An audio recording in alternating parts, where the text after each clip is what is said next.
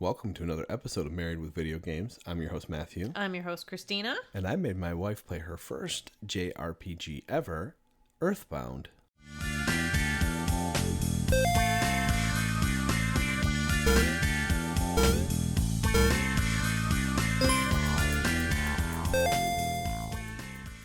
Do-do-do-boo. Okay, well, I played Pokemon Yellow. I don't qualify that as a JRPG. That's fine. That's actually tough. It somewhat qualifies. Pokemon Yellow. Is that a JRPG? It is a roleplay game. Let's see. That's so... It was a social JRPG. Is that what it's called? Yes. Yeah, that's fair. I understand how it's a JRPG. It's just so different from like the stereotypical where you have like 3 or 4 people in a party. Yes. And you all fight at the same time, whereas Pokemon is like an individual and you're swapping, but you are leveling up things. Fair. I stand corrected. I made her play her second JRPG ever. This one I enjoyed. I'm going to polarize our audience of, 14 people and say I do not like Pokemon games. I was after playing Earthbound. Gone. I know. After playing Earthbound, I think if I got back and like went to the old school Pokemon games, I would enjoy them more. But when I was 10 years old with my Pokemon Yellow Game Boy Color edition, I did not enjoy it. I played a lot of it. I did not enjoy it. Maybe I'll have you try it on the Switch and see if you enjoy it or not. Because I own the one Shield, I think, on the Switch. Yes. I'm going to have you try it sometime and see if you enjoy it again. Yeah. It's a little bit different formula. Same concept, just your more open maps than normal. Okay. And you see the Pokemon that you're going towards rather than random encounters. Yeah, the random encounters was what got me. And I got a little frustrated at one point with Earthbound, but several points with the random encounters. I'm like, I just want to walk that way and these people keep spawning. Yeah, that is a big JRPG trope.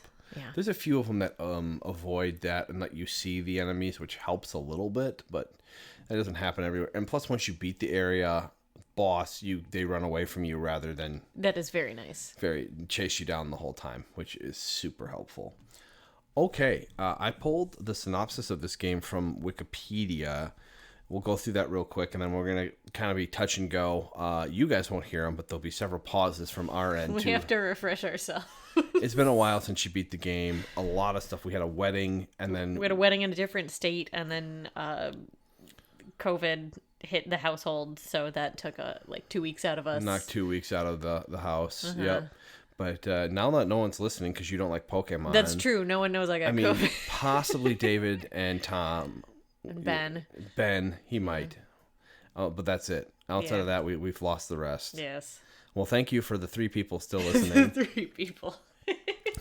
So, according to Wikipedia, EarthBound chronicles the adventures of Ness, a 13-year-old boy who journeys around the world using his PK or PSI, his psychic abilities, to collect 8 melodies in order to save the future from an alien of pure evil intending to sentence all of reality to the horror of eternal darkness. Now, very specifically, we played in what's known in Japan as Mother 2, and it is the first of that series to come to the United States in the form of EarthBound. Now, I don't quite remember why they changed the naming and all of that, but they were trying to bring a JRPG over and introduce the US to that style of gameplay. Like when this game released, it came with a full guidebook inside of it. It was a big box, a game guidebook, all sorts of cool stuff that came with it. And if you have some of those things, it's a real big collector's item now. If you have a sealed EarthBound, it's a few $1,000s. I was just about to ask, didn't one sell for a ridiculous amount? Yes, even if I had the guidebook, and I think I donated it a while ago. Had I known, I think the guidebook alone is $300. She's gonna quickly look that up, but real quick, EarthBound released on the SNES. August 27th, 1994, and then Christina played it on the emulation version of the Switch. I don't remember when EarthBound was released. It was sometime last year, wasn't it? No, it was just recently. So was it February or March? probably I know February. it came out, and I was playing Elden Ring, and then when I finished that a couple times, you played through EarthBound. Yeah, we talked about EarthBound, I think, in passing on the Elden Ring podcast. Gotcha. Yes. Did you find the price or no? You didn't. I should have just gone to eBay. Let's see. Like $40. Oh, that's not bad. Okay, it was more expensive at one point, but I think there was a hype around it for a little bit. If you have it with the scratch and sniff cards, it's $260. Yeah, I had the scratch. Oh, I mean that's what it came with out of the thing. If it was okay, sealed, this one says excellent condition, but missing the scratch and sniff cards, and it's going for $350. yeah, I think it's all over the place. Yeah, 300. Yeah, yep. Mm-hmm. I think it'll most likely sell in that 300 range. 40 was probably the starting. 40 was probably like a reprint. Oh, yeah, that could be it too. I mean, I remember receiving the game, having no clue what it was, and just playing the life out of it because it was so much fun. Yeah, you always told me how much you loved this game. I only knew Ness from Super Smash Brothers, and we would always just yell, PK Fire! PK Fire! PK Thunder! Okay, so do you have reviews of this game? So I do. It's a fun little caveat on this one as well, kind of like Elden Ring. There is no Metacritic page for EarthBound. It's old. I found an article on Destructoid talking about this that says, if Metacritic had existed when EarthBound launched in 1995, the cult classic RPG would be rocking a 72%. So Frank Cifaldi over at the Video Game Preservation Dump tried to figure out why it quote-unquote failed. And so he said, the biggest takeaway I get slapping on the magazines on my desk and reading them back to back is just how completely offended the critics were by the game's art direction. Oh. So EarthBound came out around a time when role-playing games were closely linked to the quote-unquote serious fantasy aesthetic, while the recently released Sega Saturn and PlayStation meant hype was turned toward the new explosion of horrible 3D graphics. The trends led to EarthBound feeling low rent to the handful of critics who wrote on it at that time. Oh, really? Yes. Interesting. Yes. I loved EarthBound. Playing EarthBound now in 2022, like, it was like I was playing Stardew Valley. Like, that is a very popular art style again. Mm-hmm. So it didn't feel dated at all. No, I mean, even looking at that's from the SNES. I don't think they touched anything up. I think they emulated it. It looks really good. It does. I looked like I was playing Stardew Valley. Mm-hmm. It had that 3D aesthetic. I mean, the controls kind of up, down, left, right. You don't really do much diagonal. You can. It just doesn't do much in that regard.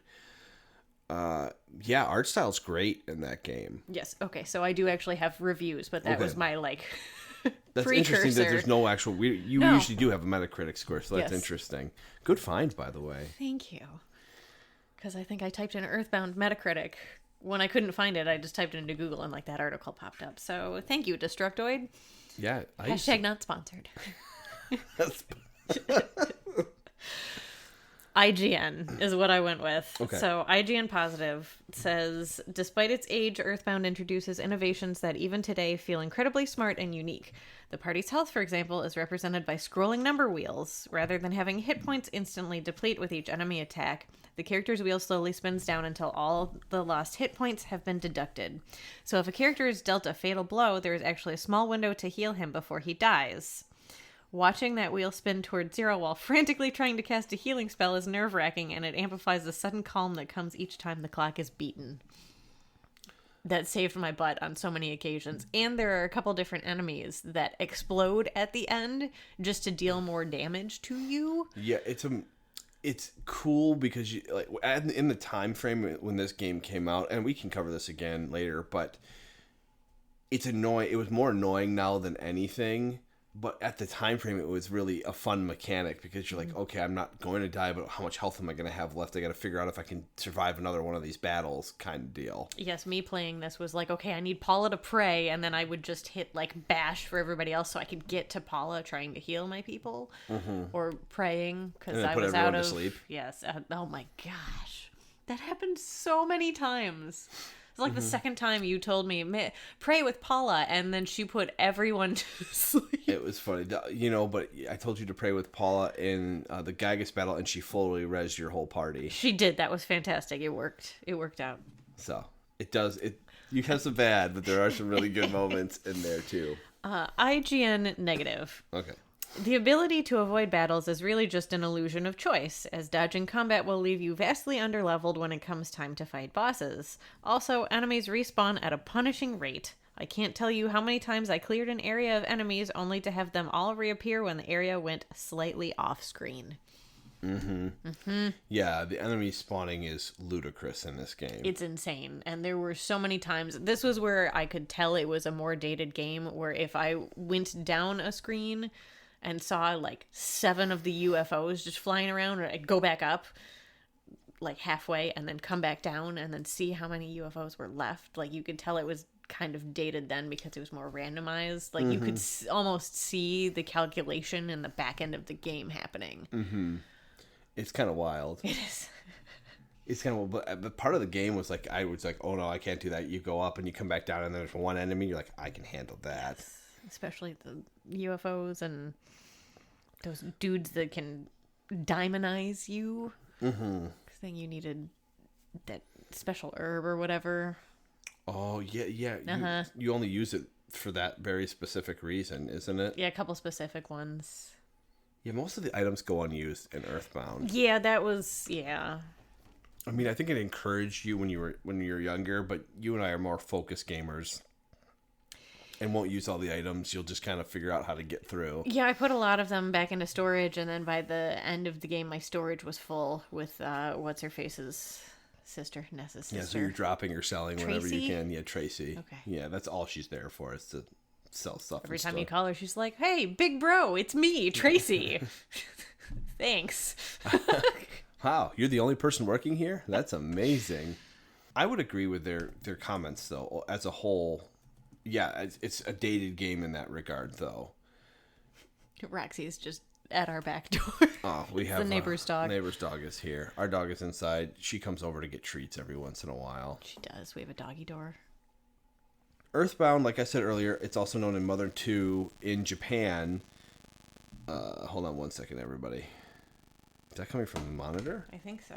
That was really odd. Anyway, known as Mother 2, a JRPG with turn-based combat. You use various items, abilities, and weapons to defeat over-the-top enemies. But I mean, when I say over-the-top, I mean just bizarre enemies. And we'll cover that in a little bit. This game was made, again, it was to help video game players in the United States get into Japanese roleplay games. And it was a cult classic. It's one of the most popular JRPGs of all time, in my opinion. Maybe I'm wrong about that, but it's very popular. I mean, popular enough that he was in the original Smash Brothers. Mm-hmm. He was one of the characters you could play in the original Smash. Yes, I remember. Because I had no idea who he was. Yes, you do love the music. You got goosebumps when I opened the emulator. No, and I'm doing Smash Brothers music. I know. But yes, but EarthBound. Oh my gosh, it's so good. The music in that game is just par none the best. Okay, before we even cover in like all this other stuff, the enemies, like at one point you're fighting essentially a Picasso painting, or no, Dali painting. Salvador Dali-esque paintings where it's like a melting clock. That's that other world that you go into. Yeah, it's the dark world, right? Yeah. And then, but you're also fighting fire hydrants. Stop signs. In the desert, you fight buffaloes. Those buffaloes mess you up, man. Yeah, there's weird-looking dinosaurs, and there's actual dinosaurs you fight at some point. Those, I think I complained about this on the Elden Ring podcast as well. Those mushrooms that poison you in, like, the second town you go to, is that Tucson? Yeah, yep. I hate them so much. They did a number on you. I was so angry. Yeah, well, it's this is hard. why I didn't like Pokemon. I also didn't like the ones where they put the mushroom on your head. Yes, that's why I did not like them. Because they mess you up in battle. The poison is better than the thing on your head, because you have no way of getting rid of it. Yes, that's what the confusion, or whatever you want to call that. Yeah, confusion. It's really only around there. I think they're in a different spot, but that's like when they spread spores and you get a mushroom to grow on your head. That's so... I mean, at least you can sell them for money, but later on you don't need money anymore. So you're just trying to avoid that altogether. I had so much money at the end of the game. It was ridiculous. You even bought the house that did nothing. That house was a piece of crap. It is very bad. It would go for $200,000 in today's market. It didn't have a back wall. Oh, no back wall? Okay, I can handle that. I can handle that. It only It cost gives you me a nice 100. oceanside view. Come on. He did say ocean view. It's true. All right, who is your favorite character in the game? Let's specify first. Let's say in your party specifically, but if you have a favorite character out of your party, who would that be?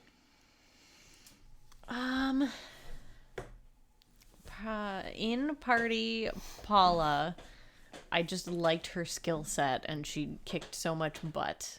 Her magic was ridiculous. Her magic was very ridiculous. Outside of the party, who's the Blues Brothers ripoff? Oh, the Runaway Five. Runaway Five, yeah. That kept getting themselves in over their heads in insane debt with wherever they were playing concerts every single night. They literally ripped off a lot of the 80s for this game, basically, in 90s. What's Blue Brothers, 90s or 80s? 80s. They had a lot of 80s references in that game. When did John Belushi die?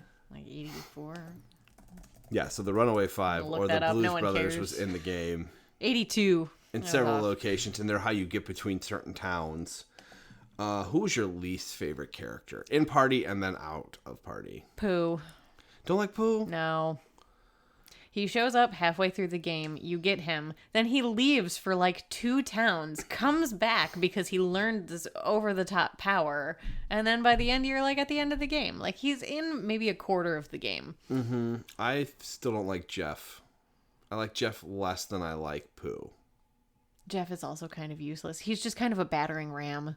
Well, he can tank, man. Yes. He can tank, and if you have the bottle rockets, they do so much damage. My Jeff, whatever I had him equipped with, like, Ness would take like 40-some damage, Paula would take like 30-some, and Jeff would take 4.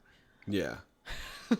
He was a freaking tank. Yes. He was awesome in that regard. Yes. Pooh, the thing I don't like about Pooh is you have to find very specific items. Yeah, for him to be viable. You can't equip him with just like a bracelet. I mean, you can. They just don't do. They don't do anything. Yeah, you have to get his, like the kings of kings. Yeah, the specific armor sets and the ones we were going to just mine that one area for those supermen or whatever they were called. It was already clear at that point. Yeah, I went back after beating like the next area to go fight them going, oh yeah, I'm overpowered now. This will be a piece of cake. And there were no bad guys. Yeah, the ship shuts down so you don't get to fight them anymore. Yep. So he did not have like an actual weapon. Yeah, it's true. At the end of the game, he didn't, but he used him a caster anyway. He's a backup caster. For sure, yeah, he did a lot of the his star storm, the psi magnet to keep his psi points. And you use him for life up a lot of the time. He's like a backup healer, basically. Mm-hmm. Yeah, I mean that's what he's there for. Is there any least favorite out of the party? Who was the kid that kept getting in your way? Pokey. Yeah, he's the main bad guy. He sucked. Even over Gygus, he's kind of like the main bad guy. Yeah, he sucked big time. Okay, you're probably gonna have to pause. But what is the worst biome? Oh, yeah, I'm going to have to pause and look at the various towns. All right. Hold, please. It would help if I clicked the correct buttons to unpause that. So I would like to say that it was Deep Darkness just because of the stupid swamp that you had to swim through, and then it slowly took away your hit points. I don't like the swamp either. But I'm going to go with Winters. Because when you teleport there, you still have to walk all the way through the forest outside of Jeff's school or boarding school or whatever. Take Nessie to Jeff's dad's, was it Dr. Andonot, to his lab to then go. So I got stuck in Stonehenge basically because I got there and missed an entire your sanctuary area. Like I missed an entire dungeon, so I was terribly under leveled for there, so I had to go back there like 4 times, and it is not convenient to get to, so I don't like Winters. I never liked Fourside. When I was younger, I thought it was really cool.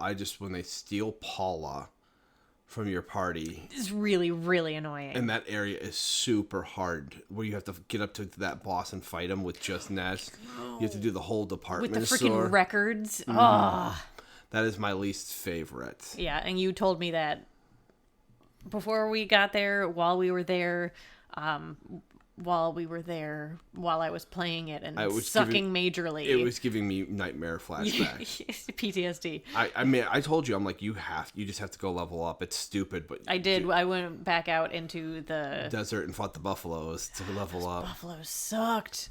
But you did. You went back to the desert, leveled up, and you went back, and I think you beat it in the first or second try after doing that. Second try. I got really lucky with how the bad guys generated in the department store. That's part of it, too. I think if you were able to climb all the way up and just get to the boss the first try. Or, like, if one of the 4 levels you had to go to had bad guys on it, rather than all 4, and then they rush you, like, there's no sneaking around them. Yeah, you can't get around them. They don't get caught anywhere, so you have to fight them. It's just awful. Yes. Yeah, it's hard. Mm-hmm. That's my least favorite. Okay. What's your favorite biome? Saturn Valley. Saturn Valley's so good. They're so derpy. They're very, very derpy, and everything is free. And they say silly things to you. Yeah, and is it the nut and cheese bar? Like, heals you so well, and it's like $7 to buy. Like, it's ridiculously cheap. Yeah, I mean, they have good items there. They're one of the few places that sell the Horn of Life. Yes, that you needed. What did I need that for? You get it. You need 7 of them. I needed the bat. To get the bat. Yes. So you can buy all 7 there. That's one of the only really expensive items they sell. Yes. Mm-hmm. And it's a little sanctuary area you get to. It is. It's very nice. On the way through different areas. There's also a hot spring there to heal you. Hot spring, the doctor. They got the whole kit and caboodle and stuff. I like that area a lot. On it is still just like the opening area because it has my favorite music. That is the best music. It really is. That was my next question. What's your favorite music? And so that one or either Saturn Valley, just because it's derpy and matches them. Mm-hmm. Okay, I'm gonna do this opposite. What was the easiest boss for you? I gotta look up bosses. Okay. Do you have an answer? Go ahead. So I have an answer for you. Okay. And this is my guess. And the only reason he was the easiest boss for you is because you missed the second shrine. So you went back and did it, and you beat him in like one hit.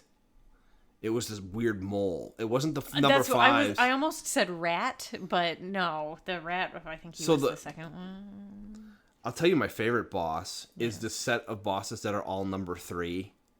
Yeah, the moles out in the desert or whatever. They're the third one. They always I'm the third strongest one. They're all the third strongest one. I didn't like Master Belch. Was he the hard?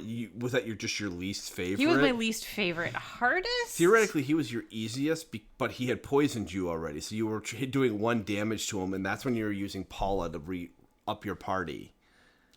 Do you fight him twice? I feel like I fought him. You fight him 2 times, but you fight him in the swamp. Yes. But the first time you fight him is in in the ship, I believe, or something like that. In a ship. I think so. What? The Kraken wasn't a big deal. Starman, no. The boogie tent. I forgot about the tent that you fight. It reminded me of the That's one of my favorite in Final Fantasy. That's one of my favorite bosses, actually, is that one too. The hardest one was probably the final boss, just because he's insane. Well, that and I had to tell you what to do. You did, and you have to pray with Paula like 7 times or whatever. I think it's 9. 9. Yeah, it's a ridiculous amount because we're like, oh, we'll do this. It's like 9:30. We'll be able to beat this, and then it was like 10:25 by the time we were done. Mm-hmm. And I will just add on to this that had I played this game as a child and played through that ending with what's his name, Gygas, Gygas, whatever. Yeah, Gygas. Yeah. It would have given me nightmares. See, I would have thought when I remember when I beat it as a kid, I thought my TV glitched. Yeah, you told me that while we were playing. I'm like, yeah, I can see that back on the boob tube days. Yeah, because it looked like a static. It was basically colored static, so I thought the game went out on me. I was like, what's going on? Did my game break? No, but he just looks creepy. And the music is very nightmarish, and the background changes, and then when Pokey shows up, and it's all very, very weird and trippy, and you're all robots at that point. I remember struggling a lot in the Egyptian area. Those hieroglyphs sucked. I remember that was really hard as a kid. I don't remember that boss, but I remember that being really hard. I don't remember that boss either, and I played it like a month ago. Yeah, you did pretty well with most of the bosses. Yes. None of them were too terrible. I think the hardest one was the very first one. Getting through Stonehenge was a miserable boss area. Getting to the boss was hard. Fighting the boss wasn't too bad for you. No, that was probably the easiest one. But getting to him was really hard. Getting to him was so hard because those starmen were insane, and then... You had the heel robots in there that exploded on death. Yep. Yeah, those guys sucked. Oh, man. There's you really so had many... to be prepared for that area, and it's hard to prepare. Yeah. I bought a lot of bottle rockets for the last boss, too. I remember spending like 4 hours, 5 hours when I was younger just over leveling, so I'd walk through and smack most of the guys out of existence in that area. I don't blame you. I really don't. Awful. What else? There's really not a whole lot to this game. If you really wanted to and you sat and played through the whole thing, what was it, like 25 hours? Probably. Well, you want me to Google that? How long? Yeah, I mean, it could be longer than that. EarthBound. Let's see. 25 to 30 hours. Long but not exhausting. That's what it says. Okay. Does this game stand the test of time for you? Now, I know you said graphically it does, but does this game hold up as something that you really enjoyed playing as overall experience? Overall, I had a lot of fun playing this game. And I really didn't think I was going to like it because, again, I did not like Pokemon Yellow, but I played the crap out of it because I got the Game Boy Color that came with Pokemon Yellow for a birthday present, and I felt bad that I did not like the game it came with. So I played a lot of that. Same with Pokemon Pinball. I hate that game. And yet I keep playing it. Yeah, that's like Twizzlers. It's something you eat. You don't really Candy enjoy corn, it. yeah. Candy corn, but you just keep eating it anyway. I can't break the high scores. Anyway, I wasn't sure if I was going to really like EarthBound just because of that, with the similar turn-based combat and the random encounters. But I had a really good time, and it makes me kind of want to try Pokemon again. Yeah, I think trying a newer one would be a little bit more of a good experience for you. I can pull Pokemon Yellow out I'd from plug somewhere. Plugging it in. There's rumors that there's going to be Game Boy emulators coming very, very soon. The Game Boy Advanced got leaked, I think. Oh, that's interesting. So Yeah. Pokemon Yellow might show up on there anyway. Or some of the Pokemon Some might of the show up. Pokemon, yeah. So, I'm going to assume probably, but are you going to be willing to try newer JRPGs coming up?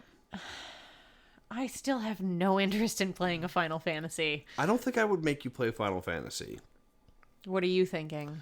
I don't know. I'm just asking, like, if a new JRPG comes out, I might be able to sink you into one. Probably. Okay. I'd try.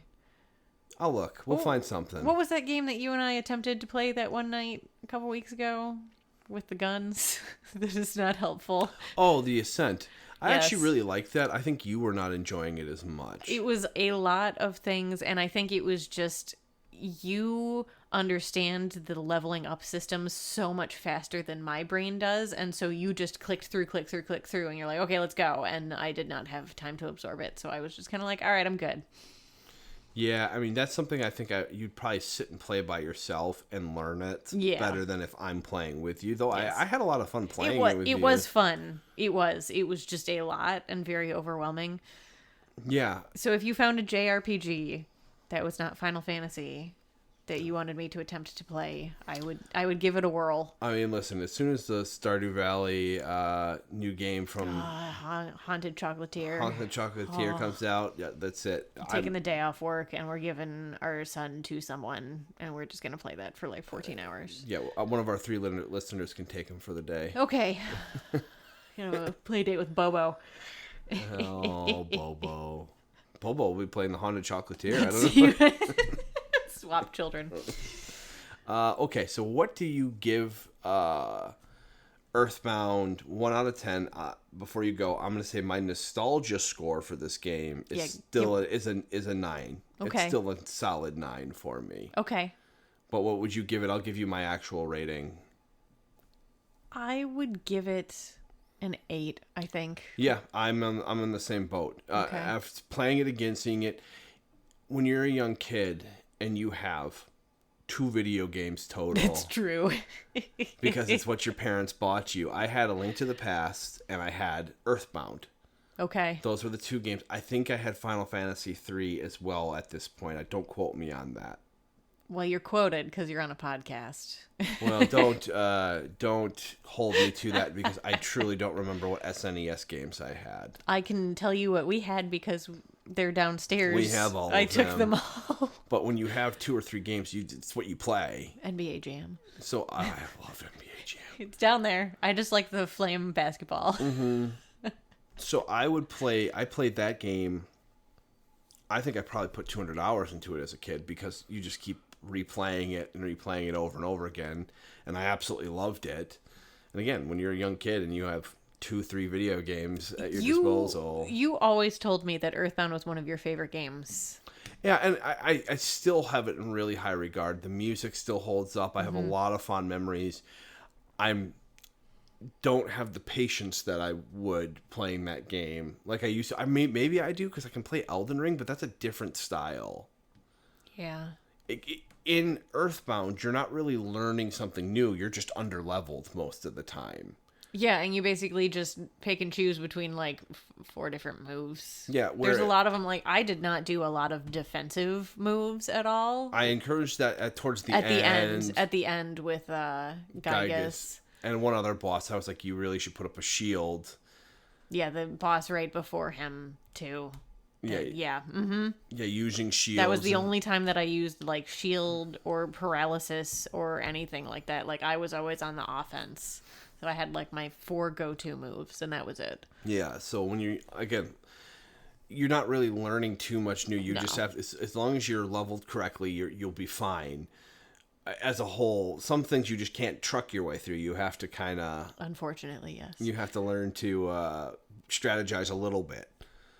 Yeah, but I agree with you. An 8 is what I would give it. But again, in my head, thinking about it when I was younger, even thinking about it now, I just have such fond memories of that game. And I'm really glad you enjoyed it. That's how I feel about Super Mario 3. I have the one with the Tanuki Mario.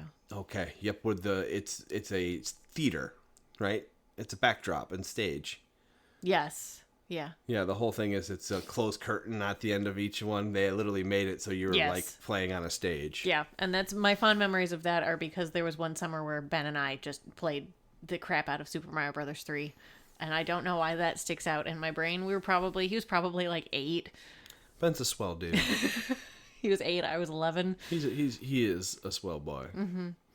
All right, everybody. That's Earthbound. We are trying to play other things. She's playing Stardew Valley, and I'm playing Elden Ring. No offense. I'm very sick of watching you play Elden Ring. I'm so sick of that game. Oh, I could stick another 200 hours into that game. I know you could. So COVID wiping us out. Yeah. We really didn't jump into anything new because we went to the wedding and then we didn't jump into anything new. And we're not really going to be jumping into anything new. Not this coming week. Like, I need to play through Bug Snacks again so we can go to the island of Big Snacks. Yeah, so we can give you a Big Snacks review. And then we have Horizon to jump back into. And then... We were going to attempt Mario Golf 64. We could probably still do a review. I don't want to. I hate that game. We don't need to play all of it. You already know what we're doing. We just give it a review. We just have to wait for Ben. It'd be like a 3-minute long review. We'll get the bun. We'll get the bun here. The bun. Many buns. I did not. I keep trying to play Mario Golf because that was my brother's game growing up. I watched him play so much Mario Golf as Metal Mario, and for Christmas on his Switch, he got the new Mario Golf, and I think it was in a Snapchat, so I don't have the text conversation of it because Snapchat deletes things. But I think he said his record for the first course on the new Mario Golf was like -24. Jeez, oh Pete. Yeah. He's too good at these things. He's just, that was his game. So I did the cheat to unlock everything so I could have Metal Mario, and I'm still very bad at it. That's so okay. no. I'm not good at it, and that game frustrates me more than Elden Ring. It's a different kind of frustration. Elden Ring, you at least understand like what's going on, but Mario Golf, you do the same thing on the same hole, and the wind's slightly different, and you just completely Everything is Yep. thrown off. Yeah, it's tough. Yeah. Well, we're at Gaming Marriage on Twitter or gamingmarriage@gmail.com. Reach out to us if you have any games or suggestions for us. We'd love to have them. We are going to be diving back. I will be diving back into Horizon. Probably not in this coming week, but the following week I will jump after into Memorial it. Day. I'm probably going to skip a lot of the side content. Just stick to the main story. Stick to the main story unless I feel like I'm not holding up to snuff, just so we can get a review out and play it. Poor Horizon. Yep. Or We'll talk Horizon about that again. It comes out right before a really, really, really big game Another open world game. Yeah, it's just but I'm gonna dive back into it because I still love Ashley Birch with all my being. She is wonderful. Hey Ash, what you playing? Oh man, if she makes another one of those, we will be so happy. We would. We love those. All right, everybody, you have a wonderful rest of the day. Bye.